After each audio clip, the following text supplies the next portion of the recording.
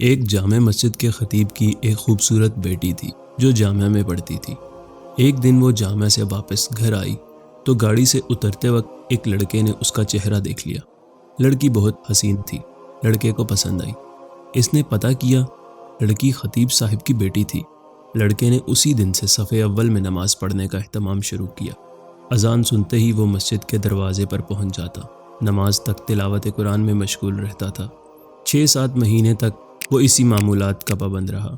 اس کے بعد اس نے والد سے شادی کی خواہش کا اظہار کیا۔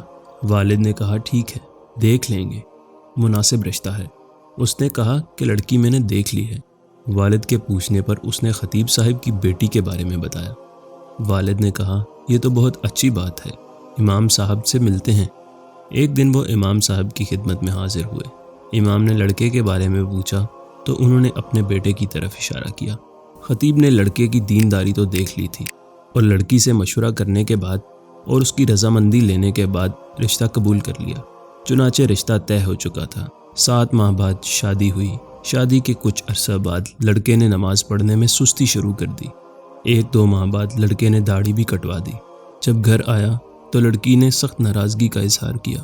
اس نے کہا یہ نمازیں تو تمہیں حاصل کرنے کے لیے پڑھ رہا تھا، اب مقصد حاصل ہو چکا ہے، اب کیا ضرورت؟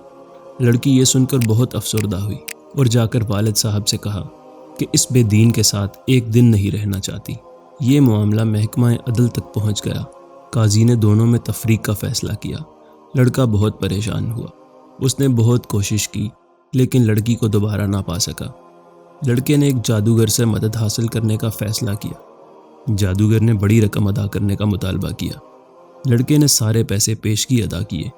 کچھ دن گزرنے کے بعد جادوگر نے مزید پیسوں کا مطالبہ کیا۔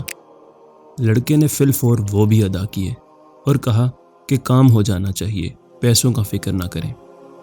1 ماہ کے بعد جادوگر نے لڑکے کو بتایا آ جاؤ، اپنے پیسے لے جاؤ، تمہارا کام کسی صورت میں ممکن نہیں ہے۔ جب وہ لڑکا جادوگر کے کمرے میں پہنچا تو جادوگر ایک بڑا چاقو ہاتھ میں لیے کھڑا ہے۔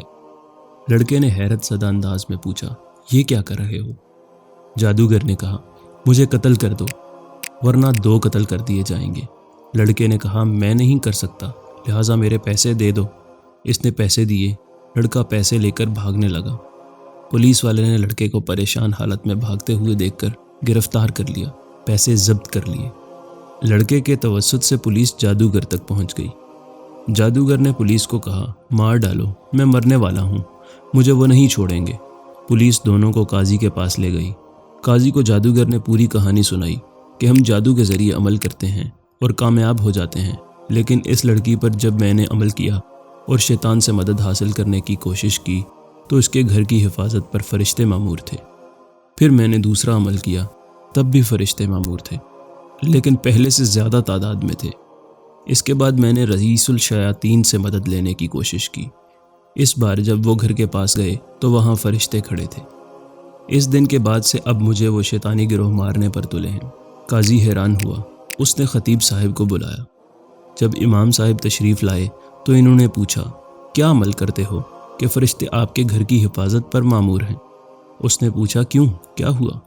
کیونکہ ان کو پتہ بھی نہیں تھا کہ یہاں کیا چل رہا ہے۔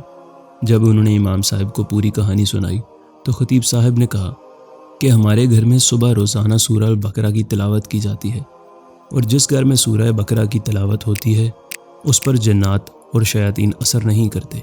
نیک خاندان کی حفاظت کے لیے اللہ پاک ایسے انتظام فرماتا ہے۔